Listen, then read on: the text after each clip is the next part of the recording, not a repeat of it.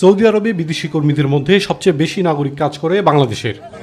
বাংলাদেশি কর্মীদের সামগ্রিক পরিস্থিতি ও সৌদি আরবের শ্রম পরিবেশ নিয়ে দেশটির মানব সম্পদ ও সামাজিক উন্নয়ন বিষয়ক উপসহকারী উপমন্ত্রী ফয়সাল আল দায়ানের সাথে রিয়াদে বাংলাদেশ দূতাবাস মিশন উপপ্রধান মোহাম্মদ আবুল হাসান মৃধার সৌজন্য সাক্ষাৎ হয়। মন্ত্রণালয়ের বৈঠকে উপমন্ত্রী জানান, শ্রমবাজারে আরও স্বচ্ছতা জবাবদিহিতার জন্য কাজ করছে সৌদি সরকার। এরই মধ্যে 1200 শ্রম পরিদর্শক নিয়োগ দিয়েছে দেশটি, যারা শ্রমিকদের অভিযোগ আমলে নিয়ে সমস্যা সমাধানে মনোযোগ দিচ্ছেন।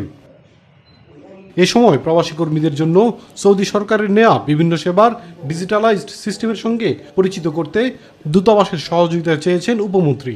বৈঠকে কাজ ও ইকামার নিশ্চয়তা সহ ভিসা ইস্যু, চুক্তি শেষে নারী কর্মীদের ফেরত, ইকামার মেয়াদ শেষ হওয়া কর্মীদের দ্রুত দেশে প্রত্যাবর্তন এবং মুসানিদ সিস্টেমে বাংলাদেশি রিক্রুটিং এজেন্সির অভিযোগ নিষ্পত্তি সহ